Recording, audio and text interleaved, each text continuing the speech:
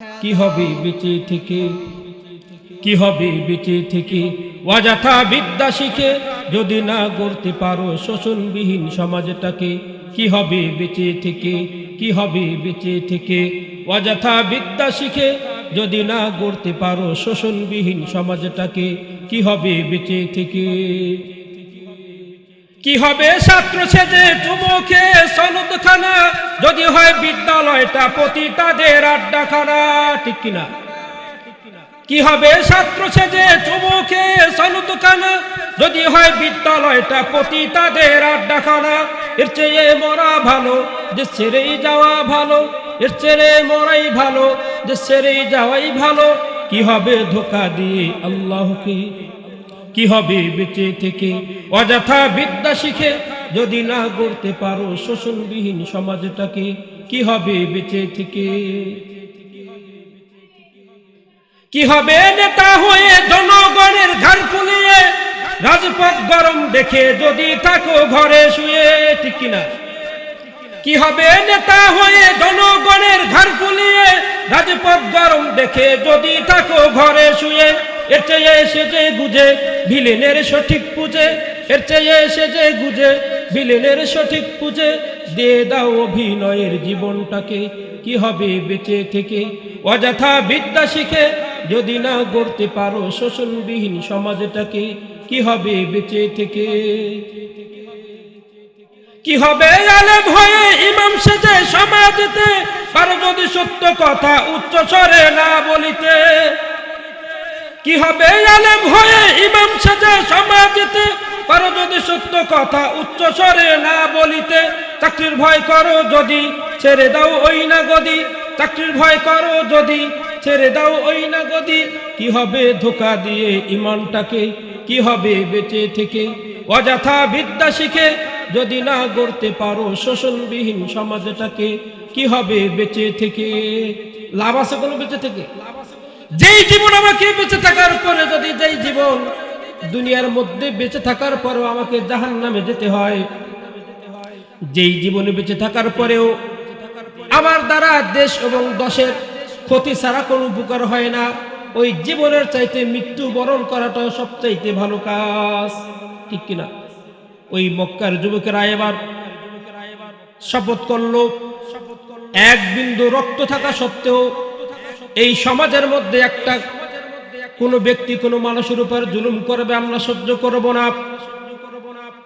কোন ব্যক্তি অন্যায় ভাবে কারো সাথে সম্পর্ক নষ্ট করবে, আমরা যুবকের এক ফোঁটা রক্ত থাকতে আমরা কখনো এটা বরদাস্ত করব না। আল্লাহ রাসূল সাল্লাল্লাহু আলাইহি ওয়াসাল্লাম বলেন, নবুয়তের পরে বলতেছে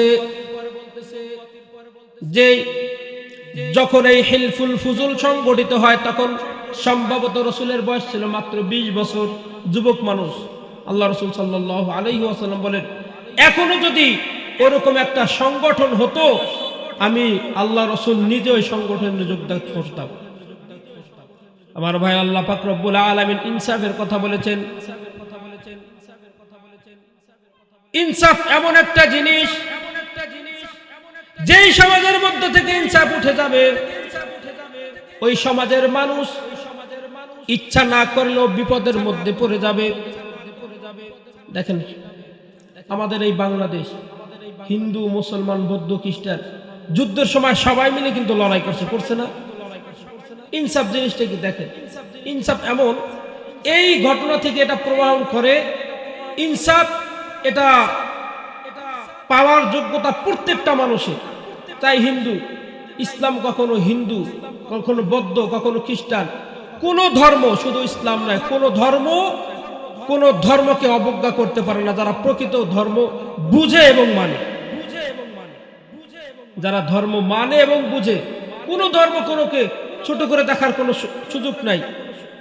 অর্থাৎ ছোট করে দেখা বলতে কোন ধর্মকে আঘাত করতে পারে না। তখন তো ইসলাম কায়েম ছিল না, ছিল তারা ইনসাফ বলছে একজন মানুষ মুসলিম হতে পারবে না। একজন মানুষ মুসলিম হলে ওই মুসলিমের পিছনে আমরা দাঁড়াবো, যে জুলুম করবে জুলুমকে আমরা রুখে দেব। তো বাংলাদেশে এমন একটা সময় গেছে হিন্দু মুসলমান প্রতিবেশী এমন ভাবে বাস করছে, বোঝার কোনো কায়দা ছিল না যে এরা বিধর্মী মানুষ। আমার বাবাও হিন্দুর সাথে এমন ছিল, আমাদের বাড়ি আসতো যাইতো। আমি এখনো বাড়ি গেলে মাঝে মাঝে তাদের খোঁজ খবর নিতে যাই, অনেক দূরে, তারপরেও যাই, যেহেতু বাবার সাথে ছিল। তারা প্রতিবেশী, তারা আমাদের কি না শত্রু না। ইসলাম ইনসাফ প্রত্যেকটা মানুষকে দিয়ে দিছে, কিন্তু এই ইনসাফকে ভঙ্গ করার জন্য আমাদের বাংলাদেশের মধ্যে যখন দেখছে যে বাংলাদেশের মানুষ হিন্দু, বৌদ্ধ, মুসলিম, খ্রিস্টান যে যে ধর্ম পালন করে এর ভিতরেও তারা সুন্দরভাবে চলতেছে, এই জায়গা এই বিষয়টা তৃতীয় একটা পক্ষের ভালো লাগে না। তারা তাদেরকে তাদের দলের উদ্দেশ্যে, রাজনীতির উদ্দেশ্যে এই ইসলামকে, এই হিন্দু ধর্মকে, বিভিন্ন ধর্মকে তারা ব্যবহার করে। আর ওই শ্রেণীটিকে বলা হয় নাস্তিক। আপনারা জানেন নাস্তিক সম্পর্কে? জানেন নাস্তিক কাদের বলে জানেন? ওরা আলাদা একটা গোষ্ঠী, ওরা কোনো ধর্মের বিশ্বাস করে না। ওরা বলে কোনো আল্লাহ নাই, কোনো যিশু নাই, কিচ্ছু না ওদের, ওরা কোনো ধর্মের বিশ্বাস করে না। এবং ওদের কাজ হচ্ছে ধর্মে ধর্মে সম্প্রীতিকে নষ্ট করা। আমাদের বাংলাদেশ কত সুন্দর ছিল, আজকে একেবারে শুধু শুধু হিন্দুর সাথে মুসলমানের সাথে বাধাবাধি, শুধু শুধু। এরা কারা? এদেরকে চিনে রাখা দরকার। বাংলাদেশের 90% মানুষ মুসলমান, পাড়ায় পাড়ায় ঘরে ঘরে তাই মসজিদে কোরআন। হিন্দু, বৌদ্ধ, খ্রিস্টান আছে, গির্জা পেগোডা মন্দিরে আছে, মিলেমিশে সবে থাকতেই হবে, এ যে জন্মস্থান, ঠিক কিনা? মিলেমিশে সবে থাকতেই হবে, এ যে জন্মস্থান। যারা ধর্মে ধর্মে সম্প্রীতি চায় করে দিতে বরবাদ, তারা কেউ নয়, তারা ভাড়াটিয়া কিছু নাস্তিক মুরতাদ। নাস্তিক মুরতাদ, নাস্তিক মুরতাদ চিনে নাও, নাস্তিক মুরতাদ। প্রতিরোধ করো, প্রতিহত করো নাস্তিক মুরতাদ। ধর্ম বিরোধী, দেশদ্রোহী নাস্তিক মুরতাদ। প্রতিরোধ করো, প্রতিহত করো নাস্তিক মুরতাদ। নাস্তিক মানে চেতনায় জ্ঞানে সকল ধর্মহীন, তবে এরা চাই শুধু এদেশে না থাক মুহাম্মাদের দিন, ঠিক কিনা? নাস্তিক মানে চেতনায় জ্ঞানে সকল ধর্মহীন, তবে এরা চাই শুধু এদেশে না থাক মুহাম্মাদের দিন। মুহাম্মাদের দিন, মুহাম্মাদের দিন, মুহাম্মাদের দিন। এরা মূর্তি ভেঙে হিন্দু খাপায়, মূর্তি বসিয়ে মুমিন খেপায়, রাম রহিমের ঝগড়া বাঁধাতে গোপনে বাজায় বীর। এরা মন্দির ভেঙে হিন্দু খেপায়, মূর্তি বসিয়ে মুমিন খেপায়, রাম রহিমের ঝগড়া বাঁধাতে গোপনে বাজায় বীর। এদের বিদেশি টাকায় দেশ ধ্বংসের রয়েছে স্বপ্ন সাথ। এরা কেউ নয়, এরা ভাড়াটিয়া কিছু নাস্তিক মুরতাদ। নাস্তিক মুরতাদ, নাস্তিক মুরতাদ চিনে নাও, নাস্তিক মুরতাদ। প্রতিরোধ করো, প্রতিহত করো নাস্তিক মুরতাদ। মানুষ আমরা এমন ভাবে বলছি, আমরা আমাদের নিজেকে ভুলে গেছি। এই সমাজ আল্লাহ পাক রব্বুল আলামিন আমাদের সৃষ্টি করে কি বলছেন জানেন? ওয়ালা নাবলুওয়ান্নাকুম বিশাইইম মিনাল খাউফি ওয়াল জু'i ওয়া নাকসিম মিনাল আমওয়ালি ওয়াল আনফুসি ওয়াত থামারাত। দুনিয়ার মানুষ, আমি আল্লাহ পাক রব্বুল আলামিন অবশ্যই অবশ্যই তোমাদেরকে পরীক্ষা করব।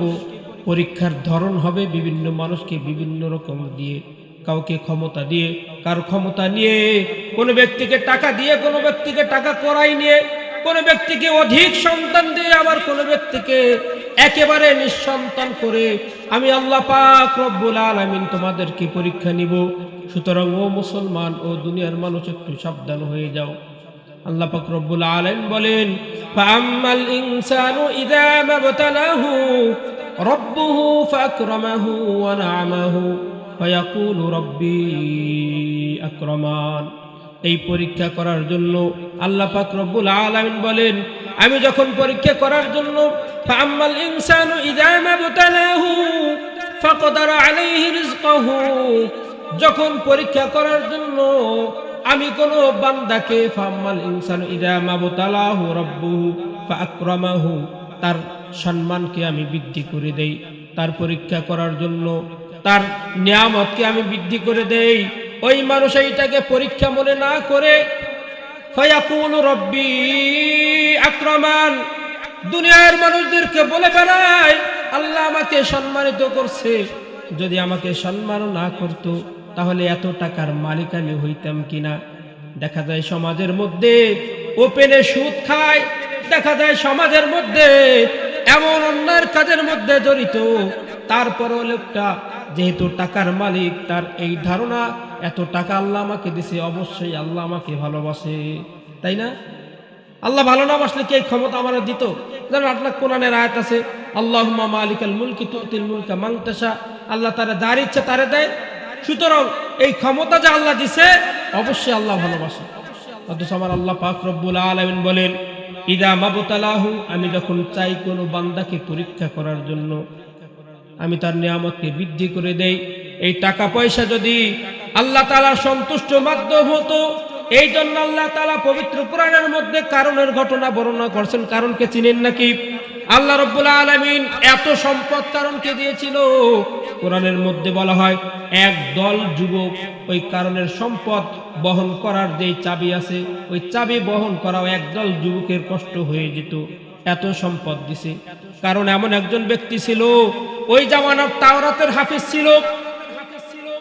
সারা দুনিয়ার মধ্যে বর্তমানে কত মানুষ হাফেজ, কোরআনের হাফেজ চারটেখানি বিষয় নয়, কিন্তু তাওরাতের হাফেজ পাওয়া অনেক কঠিন ছিল। কারণ এমন একজন ব্যক্তি ছিল, তাওরাত কিন্তু কারণের মুখস্থ ছিল। এমন ইবাদত বন্দেগী করত, বন্দেগী করতে করতে এই পর্যায়ে পৌঁছাইছে কারণের নাম জানতো না, এলাকার কেউ নাই। এত কিছু দেওয়ার পরে আল্লাহ পাক রব্বুল আলামিন তখন পরীক্ষা করার জন্য কারণকে একটু সম্পদ দিল। সর্বপ্রথম ইলম দিল, ইলমের পরে তার নামটা মানুষের সামনে প্রচার করে দিল। দ্বিতীয় পরীক্ষা কারণকে সম্পদ দিল। সম্পদ পাওয়ার পরে যখন মূসা আলাইহিস সালাতু ওয়াস সালাম বলে, কারণ এই আল্লাহ পাক রব্বুল আলামিন যে সম্পদ দিয়েছেন, এই সম্পদের হক আদায় করো, যাকাত দাও। কারণের যেই বন্ধুরা ছিল, গরিব বন্ধুরা, আল্লাহ রাব্বুল আলামিনের কাছে শিকায়ত করে, আল্লাহ আপনি কারণকে এত ভালোবাসেন, এত ভালোবাসেন, কত সম্পদ কারণকে দিয়েছেন, আর রাব্বুল আলামিন আমাদেরকে কোনো সম্পদ দেন নাই, আপনি আমাদেরকে ভালোবাসেন না। যখন কারণের কাছে মূসা আলাইহিস সালাতু ওয়াস সালাম যখন বলল, কারণ তোমার সম্পদের যাকাত আদায় করো, এবার কারণ সাথে সাথে বলল, কিসের যাকাত আদায় করব? এই সম্পদ আমার, আমি নিজেই সম্পদ কামাই করছি, আল্লাহ আমাকে সম্পদ দেয় নাই। নাউজুবিল্লাহ। শেষ। আল্লাহ পাক রব্বুল আলামিন কারণকে এমন ধ্বংস করলো, কিছু কিছু তাফসীরের মধ্যে পাওয়া যায় কিয়ামত পর্যন্ত কারণের সম্পদ মাটির নিচে যেতে থাকবে। তাহলে আমার ভাইয়ারা, এখান থেকে স্পষ্ট হয়ে যেতে হবে, টাকা পয়সা, সম্পানি, সম্মান, এটা যে আল্লাহ তাআলার সন্তুষ্ট, এটা কিন্তু বোঝা যাবে না। 2 নম্বর আল্লাহ পাক রব্বুল আলামিন বলেন, ওয়া আম্মাল ইনসানু ইযা মাবতালাহু ফাকাদারা আলাইহি রিজকাহু, আবার আমি যখন কোন বান্দাকে পরীক্ষা করার জন্য ওই বান্দার রিজিককে একটু সংকীর্ণ করে দেই, বান্দাকে একটু কষ্টের মধ্যে ফেলাই, ফায়াকুলু রাব্বি আহানান, ওই বান্দা বলে, আমার রব আমাকে অপদস্থ করছে, আমার রব আমাকে অপমানিত করেছে। মুফাসসিরিন কোরআন বলে, যেন ওই ব্যক্তিকে বলতে চায়, এই সম্পদের মালিক হওয়ার যোগ্যতা আমার মধ্যে ছিল, এই ইলমের মালিক হওয়ার যোগ্যতা আমার মধ্যে ছিল, কিন্তু আমার আল্লাহ আমাকে দেয় নাই। এই ব্যক্তি বলতে চায়, ফায়াকুলু রাব্বি আহানান, সব যোগ্যতা থাকার পরেও আমার আল্লাহ আমাকে দেয় নাই, আমার আল্লাহ আমাকে অপদস্থ করছে। এই সব 2 ধরনের ব্যক্তির কথাকে নাকচ করে আমার আল্লাহ তাআলা বলেন, কাল্লা বাল্লা, না, কখনো নয়, তোমরা যেই চিন্তা করো, তোমরা যেই ধারণা করো, কখনো নয়। বাল্লা তুকরিমুনাল ইয়াতীম, আল্লাহ পাক রব্বুল আলামিন মানুষের সম্পদ ধ্বংস হওয়ার 4টা কারণ কোরআনের মধ্যে বর্ণনা করেছেন। এই 4টা কারণ যদি কোনো বান্দার মধ্যে থেকে থাকে, ওই বান্দার সম্পদ আস্তে আস্তে একদিন হলেও বান্দা নিঃস্ব হয়ে যাবে। অনেক ঘটনা আছে, বাপ চাচারা ঘটনা শোনায়, ওই যে অমুক জায়গায় বিল্ডিং দেখছো, ওরা আমাদের বাড়ি কাজ করতো। আপনার সমাজে এরকম আছে নাকি? যে আপনাদের বাড়িতে কামলা দিয়ে খাইছে, আজকে দেখে যে আমাদের অবস্থা খারাপ, তারা বড় বড় বিল্ডিং দিয়ে বসে আছে না? কারণ কি?